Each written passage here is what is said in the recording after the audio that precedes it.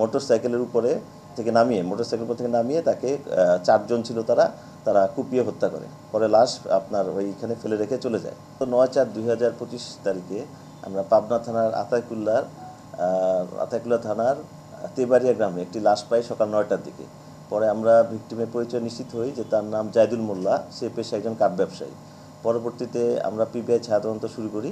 তো শুরু করার পঞ্চম দিনের মাথায় 15 এপ্রিল আমরা একজন আসামিকে গ্রেফতার করতে সক্ষম হই। তার নাম আকরাম।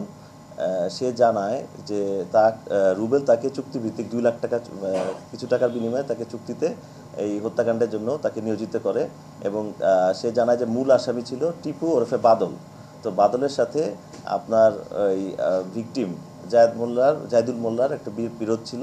তো বিরোধের বশবর্তী হয়েই জাহিদুল মোল্লা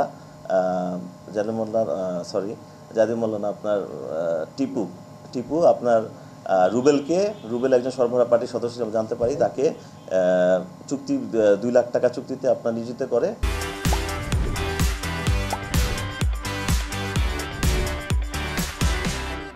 পরবর্তীতে রুবেল তার ভাগিনা আকরামকে এই হত্যাকাণ্ডের জন্য ভাড়া করে।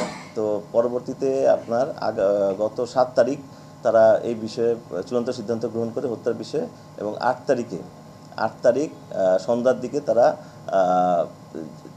জাহিদুলকে ডেকে নিয়ে আসে, ওই আপনার হত্যাকাণ্ডের জন্য ডেকে নিয়ে আসে।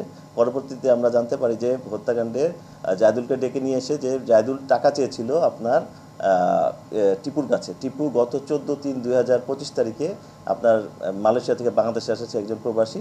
তো সে চাঁদা চায়, 60,000 টাকা চাঁদা চায় আপনার বাদল ওরফে টিপুর কাছে। তো টিপুর টাকা চাওয়ার জন্য তাকে ডেকে নিয়ে আসে এবং টাকা দিবে, চাঁদার টাকা। পরবর্তীতে তারা রাত্র 8টা থেকে আনুমানিক 8:30টার দিকে 8 তারিখ তাকে মোটরসাইকেলের উপরে থেকে নামিয়ে তাকে 4 জন ছিল তারা কুপিয়ে হত্যা করে। পরে লাশ আপনার ওইখানে ফেলে রেখে চলে যায়।